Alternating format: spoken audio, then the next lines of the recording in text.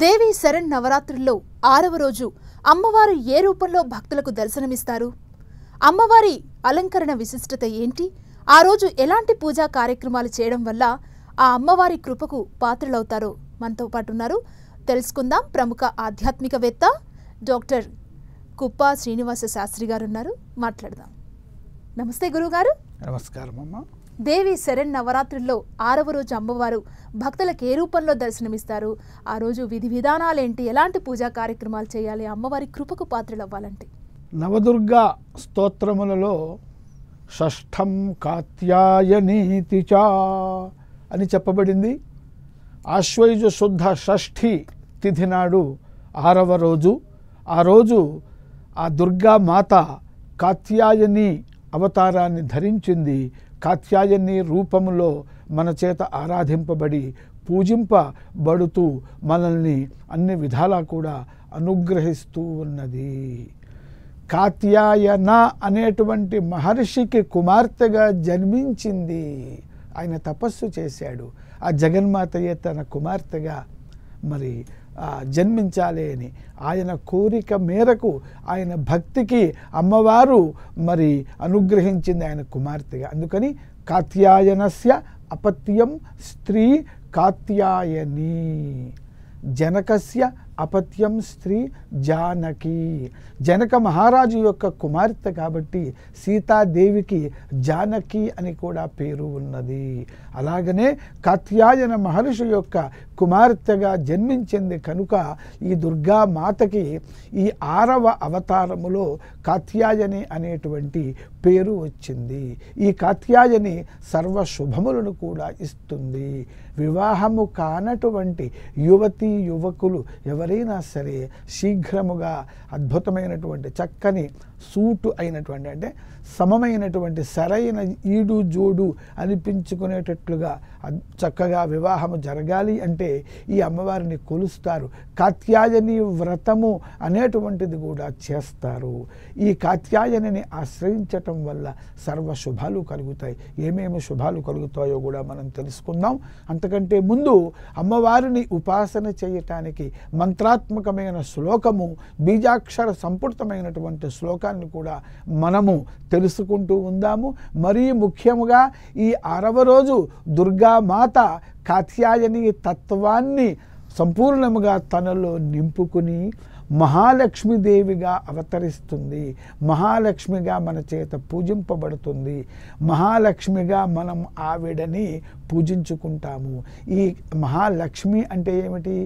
లక్ష్మి అంటే ఓన్లీ ధనం, కరెన్సీ అని మనం అనుకోకూడదు. మనిషికి కావలసినటువంటి సర్వ సంపదలు కూడా స్పిరిచువల్ వెల్త్, మెటీరియలిస్టిక్ వెల్త్ ఇటువంటివన్నీ కూడా సంపద అని చెప్పబడతాయి. ఇటువంటి అన్ని సంపదలకు కూడా ఆ అమ్మవారు అధిష్టాత్రి. ఆవిడయే సృష్టించి మనకి ఇస్తుంది. అందుకనే శ్రీ సూక్తం అనేటువంటి మహామంత్రములు అమ్మవారిని ఈ విధముగా స్తోత్రం చేస్తున్నాయి. శుద్ధలక్ష్మీ, మోక్షలక్ష్మీ, జయలక్ష్మీ, సరస్వతి, శ్రీర్లక్ష్మీ, వరలక్ష్మీశ్చ ప్రసన్న మమ సర్వదా. ఈ 6వ రోజు ఈ కాత్యాయని రూపంలో అవతరించినటువంటి ఆ దుర్గామాతని మహాలక్ష్మీదేవిగా కూడా ఉపాసన చేసినట్లయితే అన్ని రకాలైనటువంటి సంపదలు కూడా మనకి లభిస్తాయి అమ్మవారి యొక్క అనుగ్రహము వలన. ఆమెను ఉపాసించే మంత్రము, మంత్రాత్మకమైన శ్లోకము చంద్రహాసోజ్వల కరా శార్దూల వరవాహన కాత్యాయని శుభం దద్యాతు దేవీ దానవ ఘాతిని. చంద్రహాసోజ్వల కరా, చక్కగా ఆమె చిరునవ్వుతో కూడిన ఆమె ముఖ సౌందర్యాన్ని, ముఖాన్ని దర్శిస్తే చంద్రబింబాన్ని దర్శించినంత అనుభూతి, పవిత్రమైన ఆనందమైన అనుభూతి, మనలో నిద్రాణమైన ఉన్నటువంటి ఆత్మానందము, పవిత్రతతో కూడినటువంటి ఆనందము అమ్మవారి అనుగ్రహ రూపంలో మనలో మేల్కొంటుంది, ఉద్బుద్ధమవుతుంది. అంతేకాదు శార్దూల వరవాహన అన్నారు. శార్దూల వరవాహన అంటే ఏమిటనమాట? శార్దూలము అంటే సింహము. సింహము క్రౌర్యమునకు గుర్తు, అంతేకాదు పరాక్రమమునకు కూడా గుర్తు. కాబట్టి క్రౌర్యమును వదిలేసినటువంటి వాడే, అటువంటి వాడికే సర్వ సంపదలు కూడా వస్తాయి. అస్తేయ ప్రతిష్టాయాం సర్వరత్నలాభ. పతంజలి మహర్షి యోగ సూత్రాలలో ఒక్కొక్క స్థితిని, ఉన్నత స్థితిని, సిద్ధులను పొందాలి అంటే ఆయన కొన్ని ఉపాసనలు చెప్పాడు, కొన్ని ఉపాయాలు చెప్పాడు. సర్వరత్న లాభ, సర్వ సంపదలు మనకి ఎలా లభిస్తాయి ఒక వ్యక్తికి అంటే అస్తేయ ప్రతిష్టాయాం, లోభ గుణమును సర్వదా త్యజించాలి. అహింసా ప్రతిష్టాయాం అని అహింసని మనము ఉపాసన చేసినట్లయితే, అంటే మనసా వాచా కర్మణ ఆచరించినట్లయితే సర్వజీవులకు మిత్రుడు, సర్వజీవములు మనతో స్నేహాన్ని మరి చేస్తాయి. అందుకనే మహర్షుల యొక్క ఆశ్రమాలలో పులి, లేడి, సింహము, ఇంకొక బలహీనమైన మృగం అవన్నీ పక్కపక్కన ఉంటాయి, కనిపిస్తూ ఉంటాయి. అంటే ఏంటనమాట? సహజమైనటువంటి వైరమును కూడా అవి మర్చిపోయి శాంతిని, స్నేహాన్ని అనుభవిస్తాయి. అటువంటి శాంతిని, స్నేహాన్ని, భయాన్ని, కోపాన్ని, ద్వేషాన్ని పోగొట్టి అటువంటి శాంతి సౌభాగ్యములను ఈ యొక్క కాత్యాయని దేవి మనకి ఇస్తుంది. మనకున్న సర్వ సంపదలను అమ్మవారి పాదాల చెంత సమర్పించినట్లయితే, సమర్పణ అది ఒక భావం, పూజలో భాగం, దేవుని శరణు వేడటంలో భాగము. అప్పుడు మనలో ఉన్నటువంటి రోగ తాపాదులు అన్నిటినీ కూడా పోగొట్టి శాంతి సౌభాగ్య సంపదలను కూడా అమ్మవారు మనకి అనుగ్రహిస్తూ ఉంటుంది అన్నమాట. ఈమె కాత్యాయని దేవిని ఉపాసన చేసినట్లయితే ఉపాసకుడు యొక్క మనస్సు ఆజ్ఞాచక్రంలో స్థిరపడుతుంది. అంటే ఉద్బుద్ధం, అంటే మొదటి రోజు నుంచి కూడా అన్ని రోజులలో నవరాత్రులలో ఒక్కొక్క రోజు ఒక్కొక్క అవతారంతో ఒక్కొక్క శక్తి కలిగినటువంటి అద్భుతమైనటువంటి స్వరూప స్వభావ లక్షణములు కలిగినటువంటి అనేక మంత్రాత్మకమైనటువంటి అమ్మవారిని ఉపాసన చేయటం వల్ల మనలో ఉన్నటువంటి కుండలిని శక్తి మన ఆధారము, ప్రపంచమునకు ఆధారము. అది కాస్మిక్ ఎనర్జీ అంటారు. సర్వత్రా ఉన్నది కాస్మిక్ ఎనర్జీ. మనల్ని విడిచిపెట్టి ఎక్కడో దూరంగా ఆకాశంలో లేదు. ప్రతి ప్రాణిలోనూ, ప్రతి పదార్థములోనూ, పరమాణువు నుండి పర్వతము వరకు సర్వ పదార్థములలో నిండి ఉన్నది. అలాగనే మానవులలో కూడా నిండి ఉన్నది. అది మూలాధార చక్రంలో ఉన్నది.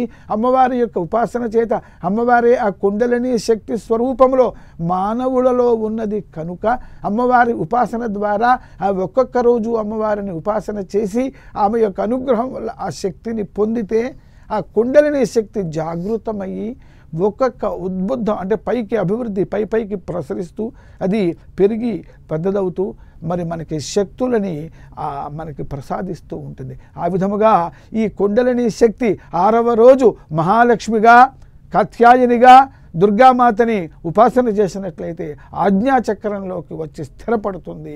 అంటే అందరినీ ఆజ్ఞాపించేటువంటి శక్తి వస్తుంది. అంటే ఎట్లా పెడితే అట్లా ఆజ్ఞాపన కాదు, ప్రతివారు కూడా నీ ఆజ్ఞలను, మన ఆజ్ఞలను అంటే మన వాక్యములను వాళ్ళు ఒప్పుకుంటారు, వింటారు, అమలు చేస్తారు. అటువంటి ఒక గౌరవప్రదమైనటువంటి స్థితి, ఉన్నత స్థితి మనకి లభిస్తుంది. ఆజ్ఞాచక్రం శుద్ధి అవుతుందంటే దాని యొక్క తాత్పర్యము అది. ఈ అమ్మవారి యొక్క కృప ఉంటే ధర్మ, అర్థ, కామ, మోక్షములు అనేటువంటివి మానవుడు సాధించవలసినటువంటి 4 పురుషార్థములు కూడా మనం అమ్మవారిని ఉపాసించిన వాళ్ళము పొందుతాము. కాబట్టి ఈ అమ్మవారికి అద్భుతమైనటువంటి ఇష్టమైనటువంటి పుష్పములను, ఫలములను మనం సమర్పించి అమ్మవారిని ఉపాసన చేసి ఆ శ్లోకంలో చెప్పినట్లుగా అలాగనే మంత్రము ఓం ఐం హ్రీం శ్రీం కాత్యాయన్యై నమః, అదే మహాలక్ష్మిని ఉపాసన చేసే మంత్రం. ఆవిడయే మహాలక్ష్మి. ఈ కాత్యాయనయే సర్వ సంపదలను ఇచ్చేటువంటి అష్ట ఐశ్వర్యములను ఇచ్చేటువంటి మహాలక్ష్మి కనుక ఆమెనేమో ఓం మహాదేవ్యై చ విద్మహే విష్ణుపత్న్యై చ ధీమహి తన్నో లక్ష్మీ ప్రచోదయాతు అనేటువంటి మరి మహామంత్రములతో, శ్లోకములతో, నామములతో, అష్టోత్తర సహస్ర నామములతో ఈ మహాలక్ష్మిని అర్చించినట్లయితే కాత్యాయని రూపంలో మనకి కావలసినటువంటి ఏ ఏ వయస్సుల్లో, ఏ ఏ సందర్భములలో, ఏ ఏ శుభకార్యములు, సంస్కారములు జరగాలో, అంటే సమయానికి వివాహం కావటం, సంతానము కనటము, ఉద్యోగము రావటము, సొంత ఇల్లు కట్టుకోవటము, ఇటువంటి మానవ సుఖజీవనానికి కావలసిన సంపదలన్నీ కూడా ఇస్తుంది. వాటికి కావలసినటువంటి ధనాన్ని ఇస్తుంది, జ్ఞానాన్ని ఇస్తుంది, శక్తిని ఇస్తుంది. ఈ విధముగా కాత్యాయని దేవి 6వ రోజు మన చేత పూజింపబడి మనకి శుభాలను ఇస్తుంది.